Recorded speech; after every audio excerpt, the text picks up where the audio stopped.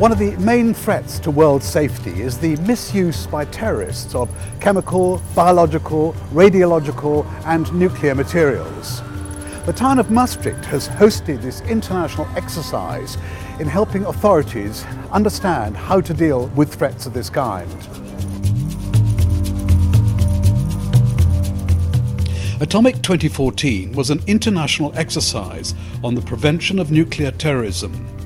International government experts from all over the world came together to increase their knowledge and improve their cooperation.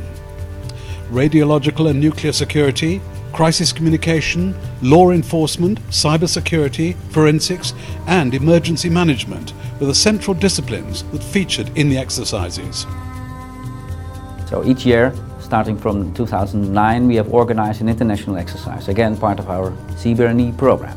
The overall purpose is nations who are here to learn from each other, to learn collaboratively, and bring all the information and all the experience they have gained through going through the exercise, going through the scenario, bring back to their home countries.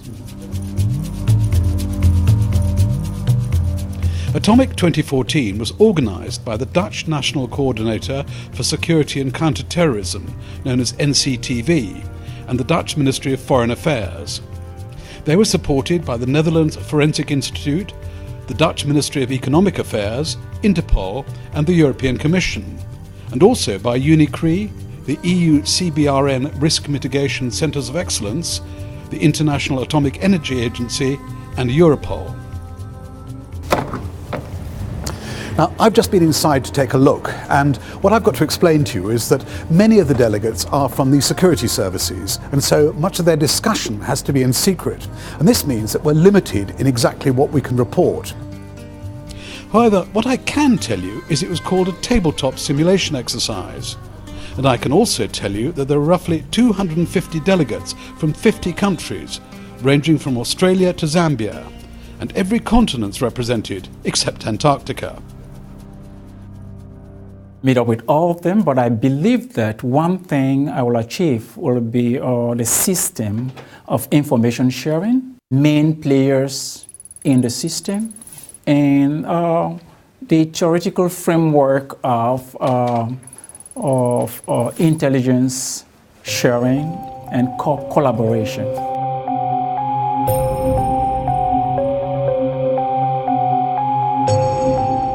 Well, dealing with the CBRN issues and also dealing with the improvised explosives, it's an international threat, it's an international risk, it's an international item. So not only you have to deal with it on a national basis, but you have to also seek for collaboration and cooperation at the international scale.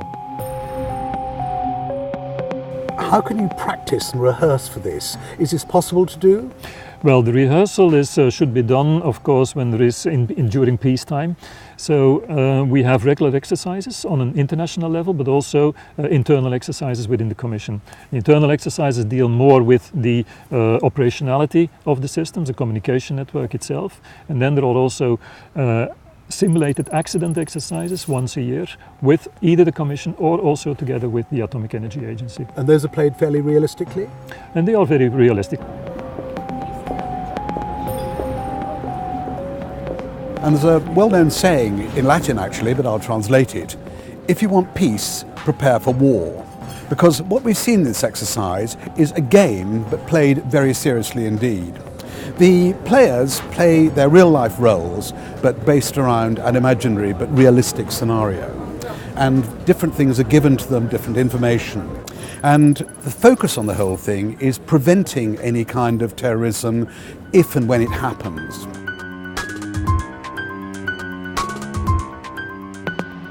The outcome of all of this is that the agencies within a particular country should work better together and know each other's roles better.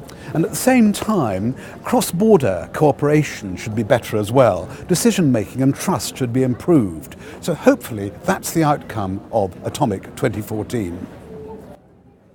If in Brussels tomorrow there is a dirty bomb, there is an explosion with some radioactive material, you will have legal people which will start arguing about who is responsible, who is going to pay, who is liable, what kind of legislation do we have to intervene. You will have the firefighters, you will have the military, you will have the police, you will have the people from the Nuclear Research Center, you will have people from the independent authorities, and they will all have something to do and to say.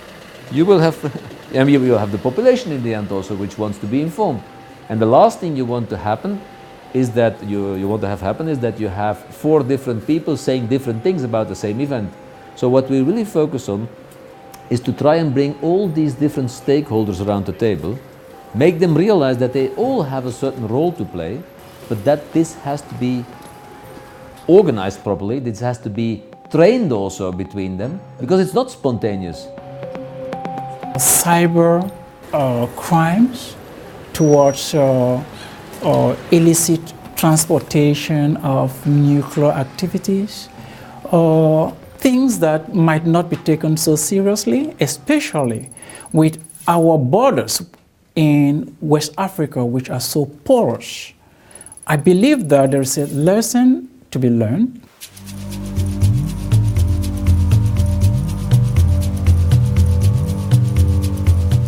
We must fight together against terrorism, of course, and we must be in some kind of connection or network. This is most important thing. Nobody wants this to happen. But you know, as they say, there are the good boys and the bad boys. While the bad boys are planning, the good boys must plan too. We don't have real life experience, and we are very glad not having that experience.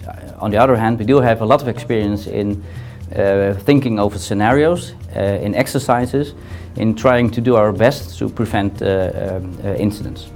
Again, this is a high impact issue, perhaps a low probability, but again a high impact. So everything we can do, and we are successful in doing so, to prevent those things to happen, real incidents on radiological nuclear incidents, that's a great benefit.